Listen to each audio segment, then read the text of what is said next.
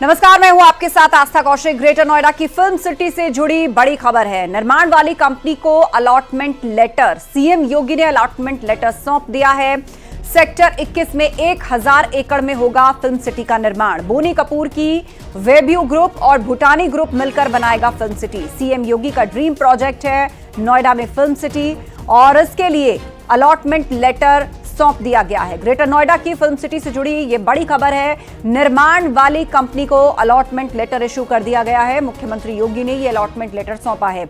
Sector 21 में 1000 एकड़ में इस पूरी फिल्म सिटी का निर्माण होगा और प्रोड्यूसर बोनी कपूर की वेब्यू ग्रुप और भूटानी ग्रुप, ये दोनों ग्रुप्स मिलकर के इस फिल्म सिटी का निर्माण करेंगे।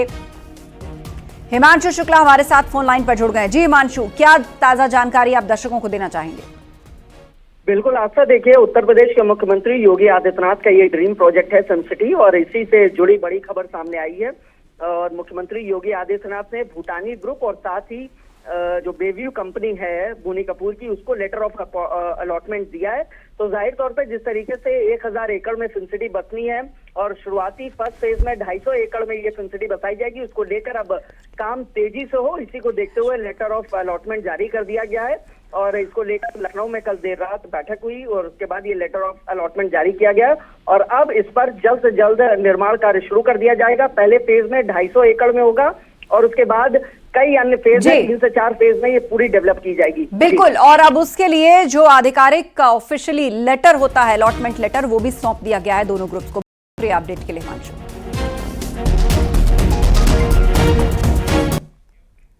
खबरों में आगे बढ़ते हैं। अखिलेश यादव के पीडीए फॉर्मूले को मायावती ने बड़ा झटका दिया है। कन्नौज में बसपा प्रत्याशी के ऐलान से अब यहां का मुकाबला ट्रायंगुलर हो चुका है, क्योंकि अकील अहमद पहले सपा में थे, हाल ही में बसपा की सदस्यता उन्होंने ग्रहण की थी। तो दूसरी तरफ बीजेपी ने यहां से सांसद सुब्रत पाठक को प्रत्याशी बनाया है और सपा से अखिलेश यादव के चुनाव लड़ने की संभावना पहले से प्रबल है।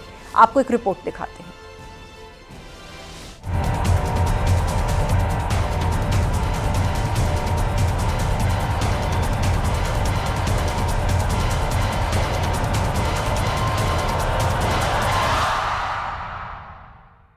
उत्तर प्रदेश की सबसे हॉट और वीवीआईपी सीट, जहां अखिलेश यादव का दबदबा है, जहां बीजेपी के सुब्रत पाठक का बोलबाला है, उस सीट पर मायावती ने प्रत्याशी के ऐलान से त्रिकोणीय घमासान छेड़ दिया है। मायावती ने मुस्लिम यादव को साधने के लिए उस चेहरे पर दांव चला है जो अखिलेश के कोर वोटर को साथ लाने के लिए काफी है।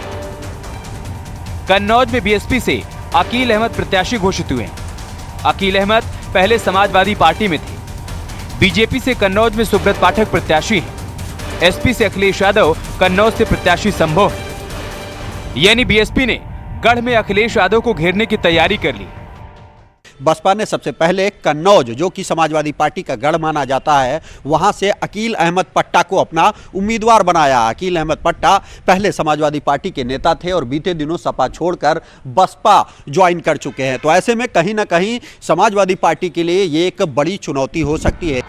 दरअसल अखिलेश यादव कन्नौज से लोकसभा चुनाव लड़ने के संकेत दे चुके हैं। अखिलेश ने पार्टी के करीबियों और सक्रिय नेताओं से खुद के उतरने की बात करके तैयारियों के निर्देश दिए हैं, क्योंकि कन्नौज सीट पर 1998 से लेकर 2019 तक एसपी का कब्जा रहा। कन्नौज एसपी की पारिवारिक सीट मानी जाती है। अखिलेश और डिंपल ने सियासी पारी की शुरुआत कन्नौज से की थी, लेकिन 2019 में कन्नौज सीट पर बीजेपी से सुब्रत पाठक जीते। यानी मोदी लहर में एसपी का कन्नौज से पैर उखड़ना शुरू हुआ और उन्हें चुनाव में भारी नुकसान उठाना पड़ा। बीजेपी ने कन्नौज से एक बार फिर से सुब्रत पाठक को प्रत्याशी बनाया है। तो उधर मायावती के एक दांव से कन्नौज की लड़ाई त्रिकोणीय हो गई और अखिलेश के पीडीए को भी बड़ा झटका लगा है।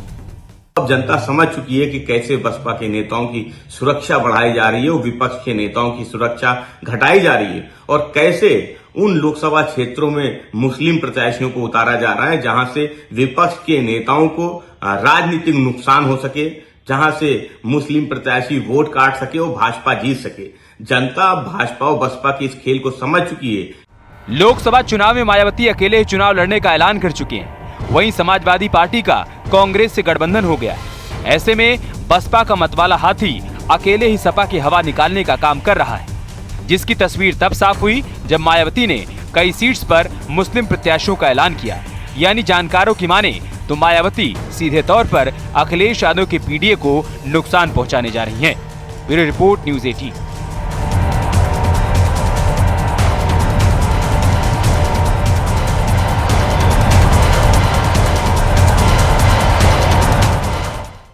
यूपी सरकार में मंत्री ओम प्रकाश राजभर की पार्टी के कार्यकर्ता ने पुलिस पर अभद्रता करने का आरोप लगाया है। दरअसल कुछ दिन पहले राजभर ने पीला गमछा पहनकर थाने जाने के लिए कहा था और राजभर की बात मानकर फर्रुखाबाद में एक कार्यकर्ता ने ऐसा ही किया, लेकिन यहां मामला उल्टा पड़ गया। अब इस घटना के बाद राजभर पीला गमछा लगाने वाले कार्यकर्ता को पहचानने से भी इनकार कर चुके हैं। ये है पावर, और जाके बता देना कि मंत्री जी भेजे हैं। और दरोगा जी की पावर तो हो नहीं कि मंत्री जी से फोन करें कि भेजे होगा कि नहीं। बोलिए, है पावर। मंत्री बनने के बाद थानेदार, एसपी, डीएम और डीजीपी की हैसियत बताने वाले, पीले गमछे को संसद का पास समझने वाले और खुद को गब्बर सिंह बताने वाले राजभर एक बार फिर विवादों में है। एक बार फिर अपने ही बयानों में घिर चुके हैं, क्योंकि कार्यकर्ताओं को पुलिस से पंगा लेने की नसीहत महंगा पड़ चुका है।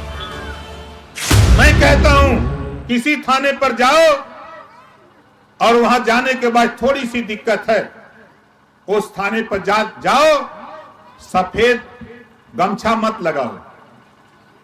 सफेद गमछा नहीं, एक पीला गमछा लगा लो।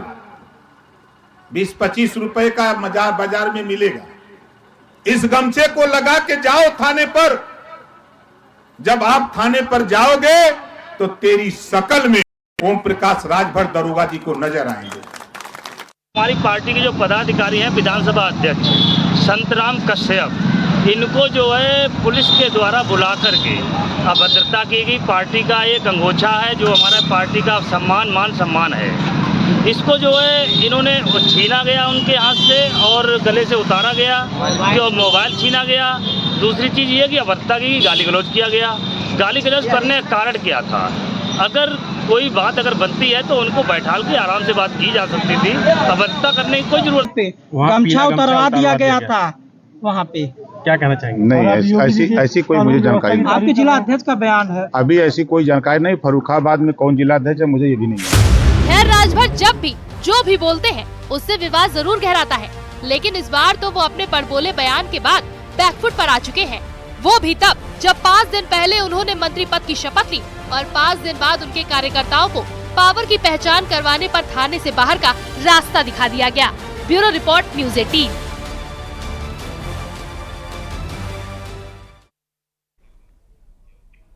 यूपी के 13 एमएलसी सीटों पर निर्विरोध निर्वाचन तय हो गया है। 13 सीटों के लिए सिर्फ 13 प्रत्याशियों ने नामांकन किया है। इस चुनाव में एनडीए ने 10 उम्मीदवार उतारे हैं।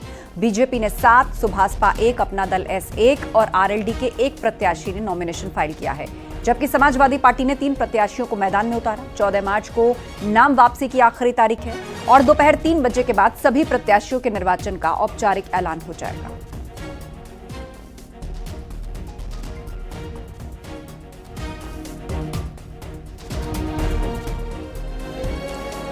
तो 13 सीटों पर उम्मीदवारों ने पर्चा फाइल कर दिया है।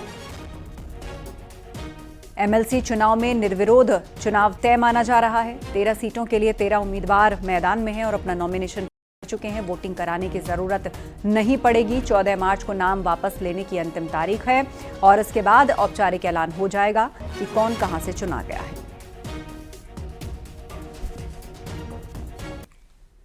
और खबर गाजीपुर से है, जहां हुए बस हादसे के बाद शासन प्रशासन बड़ी कार्रवाई में लगा है। इस मामले की जांच के लिए जिला प्रशासन ने सीडीओ और एएसपी के नेतृत्व में एक जांच कमेटी बनाई है, जो मामले की जांच करेगी। आपको बता दें, कल ऊर्जा मंत्री एके शर्मा ने सख्त एक्शन लेते हुए मामले में लापरवाही बरतने वाले बिजली विभाग के 3 अफसरों, अधिशासी अभियंता, एसडीओ जेई को निलंबित कर दिया था, जबकि संविदा कर्मी लाइनमैन को बर्खास्त किया था। हादसे के बाद कैबिनेट मंत्री अनिल राजभर और ऊर्जा मंत्री गाजीपुर मेडिकल कॉलेज पहुंचकर घायलों से मिले थे।